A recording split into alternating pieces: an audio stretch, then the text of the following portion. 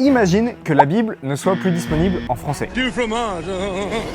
À ce moment-là, comment tu prierais? Quelle serait ta relation avec Dieu? Pour nous, francophones, c'est pas une question. Ça fait plusieurs siècles que la Bible a été traduite dans notre langue. Mais aujourd'hui dans le monde, il y a 2 milliards de personnes qui n'ont pas accès aux écritures dans leur langue maternelle. 2 milliards, ça fait un quart de la population mondiale qui peut pas lire la Bible dans sa propre langue. Aujourd'hui, on va s'intéresser au sujet le plus sous-coté de l'évangélisation selon nous, la traduction de la Bible. Parce que c'est quand même vachement plus facile de rencontrer Jésus quand tu peux lire toi-même ce qu'il a dit ou fait. Dans cette vidéo, on va voir la manière dont on traduit la Bible avec tous les défis qu'il y a derrière. On va voir également l'effet incroyable que déclenche l'arrivée des traductions dans des populations qui découvrent tout juste l'écriture. Et en fin de vidéo, on ira faire un petit tour vers les traductions les plus loufoques qu'on a vu passer sur internet. Cette vidéo est faite en partenariat avec les missions étrangères de Paris. Si vous cherchez des chrétiens spécialistes de l'Asie et des cultures asiatiques, c'est à eux qu'il faut s'adresser. Ça fait 360 ans qu'ils sont en Asie au service des populations locales pour leur apporter l'évangile. Ils sont en mission au Japon, en Thaïlande, au Cambodge, en Corée du Sud et dans plein d'autres pays asiatiques. En fait, il y a plein de prêtres des MEP qui ont traduit la Bible dans des langues asiatiques, donc on est hyper heureux qu'ils puissent faire cette vidéo avec nous et nous apporter leurs connaissances. Les MEP, ce sont des prêtres, mais pas seulement, il y a aussi des jeunes, célibataires ou couples qui sont envoyés en mission en Asie. Si vous voulez en savoir plus, vous pouvez suivre le lien dans la description. N'oubliez pas de vous abonner, c'est parti pour l'histoire des traductions de la Bible. Entre nous, je souhaite à personne de s'attaquer à une traduction de la Bible, quelle que soit la langue. En réalité, je dis personne, mais c'est plutôt des groupes de personnes, parce que vu le travail à abattre, il vaut mieux avoir une équipe bien complète. Le premier challenge, c'est de tout rassembler. La Bible, c'est une bibliothèque. C'est 73 livres différents écrits à des époques différentes et dans des langues différentes. Ça commence bien. Alors, il y a des débats entre les spécialistes pour savoir quand ont été rédigés les plus vieux et les plus récents livres de la Bible, mais globalement, il y a une sorte de consensus pour dire que le texte le plus vieux, c'est le Cantique de Déborah qui date du 11e siècle avant Jésus-Christ, et que le plus récent, c'est la lettre de Pierre qui date de à peu près 100 après Jésus-Christ. Vous imaginez bien qu'en 1200 ans, avec tout l'exil du peuple juif co, et vu l'époque à laquelle ça a été écrit, bien évidemment, il y a des textes qui se sont perdus. Je suis perdu. Et en 1200 ans, évidemment, il s'est passé plein de choses, et les textes ont été écrits dans plein de langues différentes, dont certaines n'existent même plus. Donc le premier but, c'est de rassembler les textes originaux dans la langue où ils ont été écrits. Certes, il y a déjà plein de traductions qui ont été faites, mais si on se base sur une traduction pour en faire une autre, ça devient comme une sorte de téléphone arabe et on perd en précision. Donc même aujourd'hui, au 21e siècle, on repart toujours des textes originaux. Mais déjà, à cette étape, il faut commencer à faire des concessions. L'Ancien Testament, il a plutôt été écrit en hébreu, la langue du peuple juif. Mais il y a certaines parties de l'Ancien Testament qui ont été perdues. Je suis perdu. Et déjà, pour faire la traduction, on doit faire des premières concessions en s'appuyant non pas sur le texte original en hébreu, mais sur une traduction qui a été faite en grec, par exemple. De son côté, le Nouveau Testament a été rédigé en grec, donc il est un peu plus récent. Tout est relatif. On va pas y passer trop longtemps, mais déjà entre les confessions chrétiennes, il y a un débat sur les livres qui doivent faire partie de la Bible ou non. On n'a même pas commencé à traduire, que c'est déjà compliqué, et qu'il y a plein de débats. Bon, imaginons que tu es arrivé à récupérer le maximum d'originaux dans les livres, on va pouvoir y aller. Dans cette partie, on va donner pas mal d'exemples sur la traduction de la Bible dans les langues asiatiques. Ça permet de mieux se rendre compte de toutes les difficultés auxquelles font face les traducteurs en Asie, qu'on ne soupçonne pas du tout. Si dans les cultures européennes, il y a plein de mots de la Bible qu'on a assimilés dans notre vocabulaire courant, ce n'est pas le cas dans toutes les cultures qui ne sont pas judéo-chrétiennes. Et là, on fait parfois des concessions pour que ça ait du sens dans les populations locales. En Asie, le contexte est très différent de ce que vivait Jésus à l'époque. Il y a très peu de juifs, et par exemple en termes de végétation ou de plantes, on ne retrouve pas du tout les mêmes choses qu'en Judée ou en Samarie. On peut par exemple, pour faciliter la compréhension, remplacer le figuier par le manguier. Le figuier a sa place dans la Bible, il a une symbolique chargée. On perd quand on va traduire, par exemple, dans le premier chapitre de Saint Jean, quand Jésus dit avoir vu Nathanaël sous le figuier au Cambodge, en khmer on traduit sous le manguier. Et évidemment, parce qu'ils n'ont jamais vu de figue, ils n'en ont jamais mangé. Et même sur des extraits aussi importants que le Notre Père, on a parfois du mal à transmettre ce que Jésus voulait vraiment dire. Dans Notre Père, on dit « Dona nobis pacem », donne-nous aujourd'hui notre pain de ce jour. Et c'est très compliqué de traduire le pain dans un continent qui mange du riz. Et donc aujourd'hui, dans la plupart des langues asiatiques, le pain est traduit par la nourriture. Donne-nous aujourd'hui la nourriture de ce jour, qui renvoie à l'idée d'une providence d'un Dieu qui pourvoit.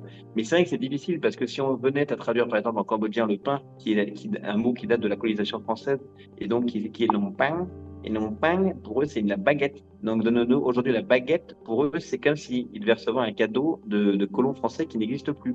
Même s'ils ont gardé les baguettes, ils trouvent ça très bon aujourd'hui. Ça fait partie de la gastronomie cambodgienne. Et donc, dans la traduction, il n'y a jamais de point final. Avec ces exemples, on se rend bien compte que c'est pas si évident de traduire la Bible dans une autre langue. Et même, en fait, ça nous questionne sur notre propre rapport aux Écritures. Pour aider les traducteurs, on a créé des concordances bibliques. Les concordances, c'est quoi? C'est un recueil d'informations qui recense chaque mot grec ou hébreu toutes les fois où il est mentionné dans l'Ancien et le Nouveau Testament. Pour être précis, s'il y a par exemple 70 fois le mot amour dans tout l'Ancien Testament, on va essayer de ne pas le traduire de 70 façons différentes. Ou alors, pour traduire un mot, on peut se référer à un autre moment où il est utilisé pour pouvoir comparer les sens. Ça permet de voir la Bible comme un ensemble et pas juste comme une succession de livres sans lien. Mais même des mots aussi centraux que le mot Dieu, il n'est pas vu du tout pareil selon les cultures et les époques. Il y a eu la traduction déjà dès 1895 au Japon. La difficulté, c'est quel terme employer pour dire Dieu. Alors au début, ils ont fait tout simple, ils ont gardé Deus. Mais on a construit des églises sur lesquelles les missionnaires employaient le terme Tenshu-do, c'est la maison du Seigneur du ciel. Cette expression Tenshu vient de la Chine. Ils trouvaient que c'était une expression que tout le monde pouvait comprendre et qui ne se mélangeait pas avec la manière dont les Japonais prononçaient traditionnellement Dieu, mais qui veut dire aussi esprit, qui se dit Kami. Sauf que quand ils ont fait la traduction du Nouveau Testament, qu'il a bien fallu écrire Dieu, ils ont choisi Kami, en se disant un jour ou l'autre, Dieu va être compris dans ce qu'il est, même si le terme employé est un mot très large. Dans le shintoïsme japonais, il y a une expression qui veut dire « il y a 8 millions de dieux » ou d'esprits. Alors pour un japonais, 3 de plus, trinité ou pas, ça ne pose aucun problème, d'accord? Kami, 3 Kami, ah bon, très bien, un père, un fils et un esprit, on en a déjà 7 800 000, bon. Mais ça a été un terme finalement qui s'est répandu, et même dans toutes les églises protestantes, orthodoxes, ils ont gardé le terme Kami, en sachant donc qu'il faut l'expliquer.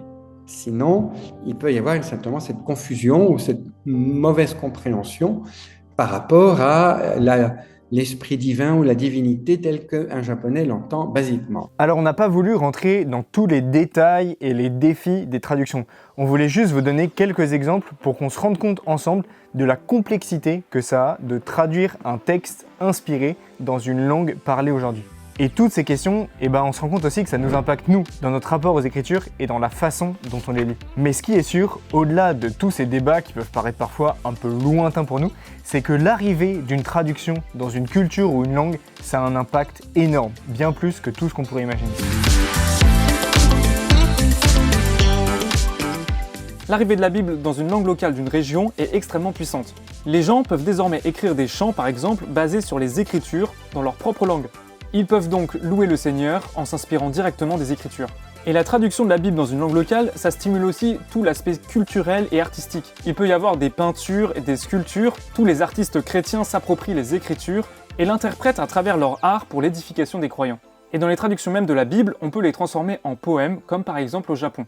La fameuse Bible de Haggai, c'est une traduction en japonais un peu littéraire, presque poétique. Ils ont pris une certaine liberté avec, je dirais, la précision du texte pour qu'il y ait un rythme dans la phrase. Et ça a été tellement fort que cette Bible a eu beaucoup de succès puisqu'il y a eu plus de 18 éditions et que moi j'ai connu des chrétiens qui connaissaient encore des passages de cette Bible Haggai par cœur parce qu'il y avait une mélodie, un petit peu comme pour l'hébreu pour les juifs, en particulier pour les psaumes, il y a une mélodie qui leur permet de les retenir. Cette mélodie, ils avaient réussi à la créer en japonais et des personnes qui l'avaient appris enfant arrivaient encore à 95 ans à dire des passages de l'évangile parce que c'était du beau japonais. Alors aujourd'hui, on a des traductions plus précises, mais alors du coup plus austères. C'est moins mélodieux. Donc on gagne en précision et je pense en vérité de texte, mais on perd en transmission peut-être par l'oreille, quoi. Au passage, dans les histoires de traduction qu'on a vues sur internet, on se rend compte que la traduction de la Bible dans un nouveau dialecte est une bonne occasion de communion œcuménique. Tous, protestants d'églises historiques, les catholiques, les protestants évangéliques, mettent de côté toute leur séparation pour se concentrer sur la traduction de la Bible, car l'envie de lire la Bible dans leur langue maternelle surpasse toute séparation. En bref, quand une culture reçoit la Bible, c'est vraiment chaque domaine de la société qui est impacté. On comprend bien tout l'enjeu qu'il y a à traduire dans un maximum de langues. Aujourd'hui, on peut estimer que la Bible a été traduite partiellement ou complètement dans 3283 langues. Alors c'est beaucoup, mais on le rappelle, il y a quand même 2 milliards de personnes qui n'ont toujours pas accès à la Bible dans leur langue maternelle. Ça ne veut pas dire qu'ils n'ont pas accès à la Bible du tout, mais ils la lisent dans une langue secondaire ou tertiaire. Et forcément, ça touche pas pareil. On voit bien l'importance de continuer à traduire dans de nouvelles langues pour toucher davantage de cœurs.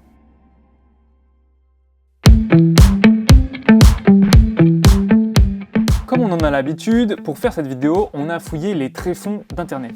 Et on a découvert certaines petites surprises qui nous ont étonnés. Oh my god! On est tous d'accord que l'acculturation de la foi, c'est hyper important. On est d'accord également que les cultures et les sous-cultures d'internet sont à évangéliser. Mais aller jusque-là, on a un petit doute. Petit. Tout petit. Par exemple, on est tombé sur cette traduction qui a même été publiée en livre, alors on vous mettra pas le lien en description, en LOLspeak. Vous voyez les lolcats, ces espèces de gros chats qui font plein de mèmes, eh ben ils ont une langue qui est une espèce d'anglais un peu enfantin ou avec un accent. Et depuis 2010, eh bien la Bible est disponible en LOLspeak. Ça n'a aucun sens. C'est un projet qui a démarré un peu comme une blague et qui a été lancé par un Américain du Massachusetts. Et en 3 ans, ils sont arrivés à traduire la Bible entière dans cette espèce de langage d'internet. On est aussi tombé sur la traduction en Klingon. Je sais pas si ça se dit comme ça, mais c'est la langue de Star Trek. Ah oui, et alors ça va vous plaire, on a trouvé aussi la traduction de la Bible en Kenya, pas la langue du Kenya, bien sûr.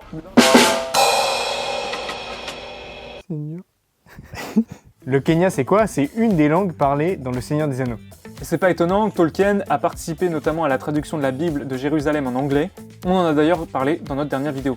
Bref, toutes ces écritures, bien sûr, elles sont reconnues par aucune église, c'est juste des traductions de pair à pair. J'avoue que je m'interroge, parce que à la fois c'est vraiment génial que la Bible soit diffusée le plus possible, et peut-être que le Seigneur utilise ça pour rencontrer des gens. À la fois, bon, c'est des écritures saintes, donc on peut pas non plus faire trop de blagues avec. Je m'interroge vraiment sur la pertinence de ce genre de traduction pour l'évangélisation. On était content de faire une vidéo un peu différente, de s'intéresser à un domaine qui est sûrement caché, auquel on s'attend pas, on n'y avait pas pensé. Et de fait, depuis qu'on a découvert ça, je crois que c'est l'une des thématiques les plus sous-cotées de l'évangélisation.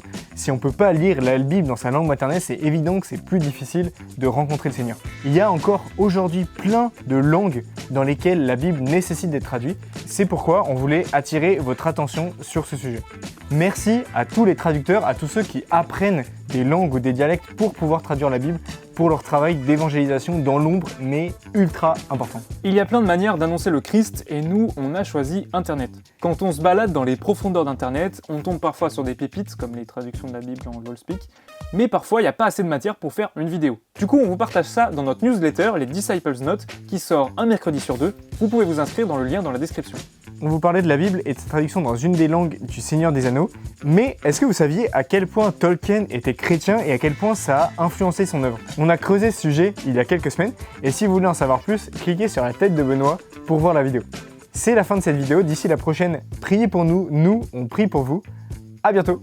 À bientôt, soyez bénis. Ciao. Ciao.